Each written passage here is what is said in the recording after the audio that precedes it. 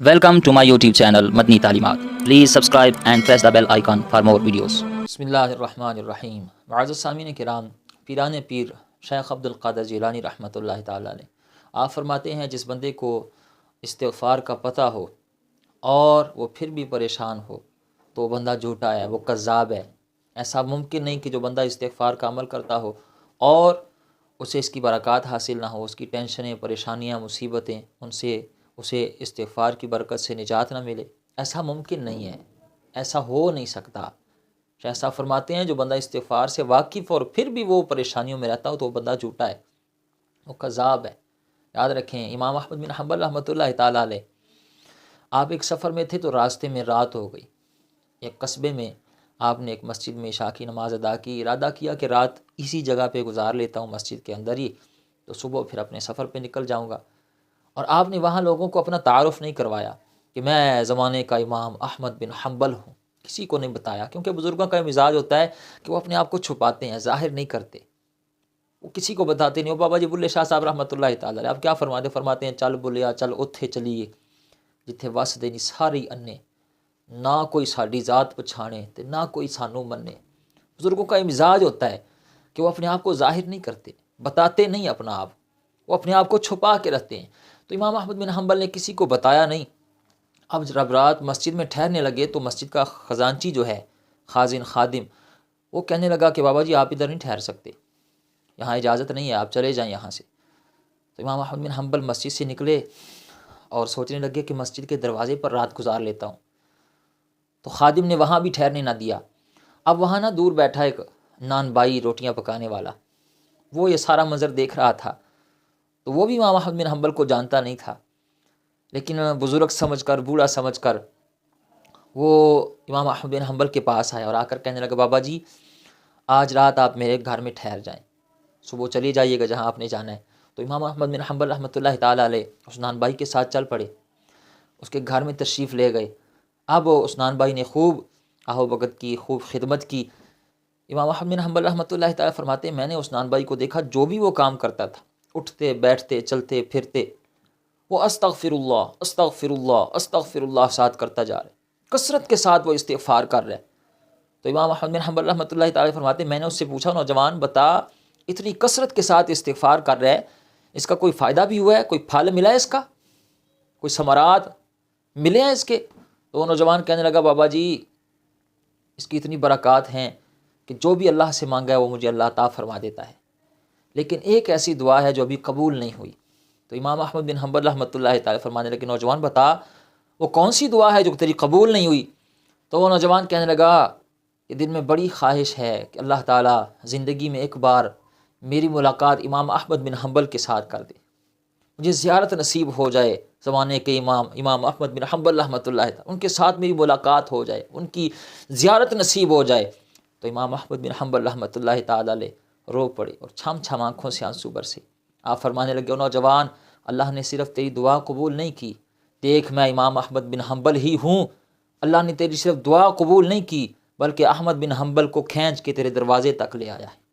یہ ہے استغفار کی برکات. تو کیسے ممکن ہے کہ بندہ استغفار کرے اور اس سے استغفار کی برکات حاصل نہ ہو؟ ہمارے اندر کوتاہیاں ہیں، ہمارے اندر کمی ہیں. اللہ کا قرآن جھوٹا نہیں ہو سکتا. آپ بے اولاد ہیں، اولاد چاہیے، رزق میں کمی ہے، رزق چاہیے، آپ ڈپریشن کا شکار ہیں، فکروں کا شکار ہیں، آپ کا کوئی بھی مسئلہ ہے، رزق حلال چاہیے، بیماریوں سے نجات چاہیے، جو بھی پریشانی ہے آپ کی، آپ قرآن پڑھیں. قرآن میں اس کا حل بتایا گیا سورہ نوح کے اندر فَقُلْتُ اسْتَغْفِرُوا رَبَّكُمْ إِنَّهُ كَانَ غَفَّارًا يُرْسِلِ السَّمَاءَ عَلَيْكُمْ مِدْرَارًا وَيُمْدِدْكُمْ بِأَمْوَالٍ وَبَنِينَ وَيَجْعَلْ لَكُمْ جَنَّاتٍ وَيَجْعَلْ لَكُمْ أَنْهَارًا. قرآن کہتا ہے کہ استغفار کرو، اللہ تمہیں اولاد بھی دے گا، اللہ تمہیں مال بھی دے گا، اللہ تمہارے اوپر اپنی رحمتوں کی بارشیں نازل فرمائے گا، تمہارے باغات ہرے بھرے ہو جائیں گے، رزق کی فراوانی، ٹینشنوں، مصیبتوں، پریشانیوں سے نجات ملے گی. تو یہ تو ایسا بابرکت عمل ہے. تو اگر کوئی بندہ استغفار کر رہا ہے اس کو کوئی فائدہ نہیں نظر آ رہا تو بھائی وہ تو اس کے اندر کمی ہے. قرآن تو جھوٹا نہیں نہ ہو سکتا، قرآن کبھی جھوٹا نہیں ہو سکتا. کائنات ادھر کی ادھر ہو سکتی ہے لیکن قرآن کا ایک لفظ بھی جھوٹا نہیں ہو سکتا. ہمارے اندر کمی ہے، ہمارے اندر کوتاہیاں ہیں. ایک بندہ آنکھیں بند کر کے کہے کہ مجھے چاند نہیں نظر آ رہا، مجھے کچھ چیز نہیں نظر آ رہی، میری آنکھیں خراب ہیں، تو کیا اس کی آنکھیں خراب ہوں گی؟ نہیں، اس کی آنکھیں نہیں خراب، اس نے آنکھیں بند کی ہوئی ہیں۔ آپ استغفار کریں کثرت کے ساتھ، وقت دیں استغفار کو۔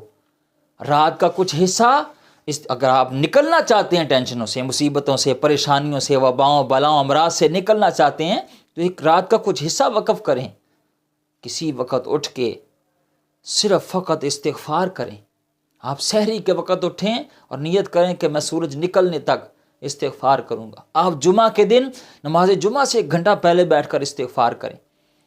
آپ تہجد کے وقت کبھی اٹھ کر استغفار کریں اور آنکھیں پرنم کر کے آنسو جاری ہوں اور پھر آپ استغفار کریں، کیوں نہ آپ کو برکات حاصل ہوں گی؟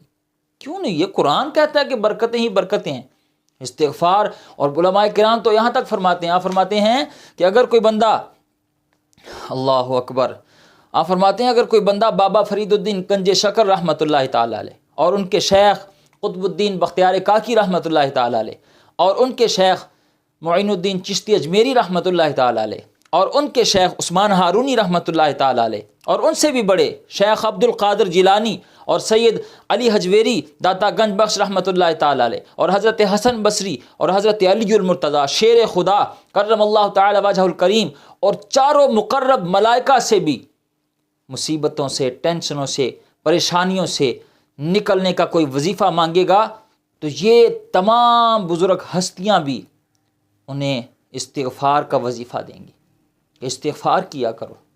وہ کہیں گے کہ پڑھا کرو استغفر اللہ ربی من کل ذنب واتوب الیہ، استغفر اللہ استغفر اللہ، کثرت کے ساتھ اپنی زبان پر یہ جاری رکھا کرو۔ آپ کثرت کے ساتھ استغفار کریں، ایسا نہ کریں کہ بس 1 دن کیا، 2 دن کیا، ہفتہ 10 دن کیا اور پھر آپ جلدی میں پڑ جائیں کہ مجھے تو فائدہ نہیں نظر آیا۔ میں اکثر ایک بات کرتا ہوں کہ آپ ڈاکٹر کے پاس جائیں اور آپ کو 15 دن کی دوائی دے اور آپ کو کہے کہ صبح و شام آپ نے یہ 2 ٹیبلٹ کھانی ہے اور یہ سیرپ 1 چمچ لینا ہے، اور آپ 1 دن میں ہی وہ سارا شربت پی جائیں اور وہ ساری ٹیبلٹ کھا جائیں تو آپ ٹھیک ہوں گے؟ ایسا نہیں ہے۔ آپ وقت دیں، مخصوص وقت دیں استغفار کو، کوئی وقت صرف استغفار کے لیے وقف کریں تو پھر انشاءاللہ ضرور اللہ تعالیٰ آپ کو استغفار کی برکات عطا فرمائے گا، ضرور انشاءاللہ استغفار کی برکات ہوں گی، ضرور آپ کی پریشانیاں دور ہوں گی۔ امید ہے آپ کچھ بات سمجھے ہوں گے۔ اللہ تعالیٰ ہمیں عمل کی توفیق عطا فرمائے۔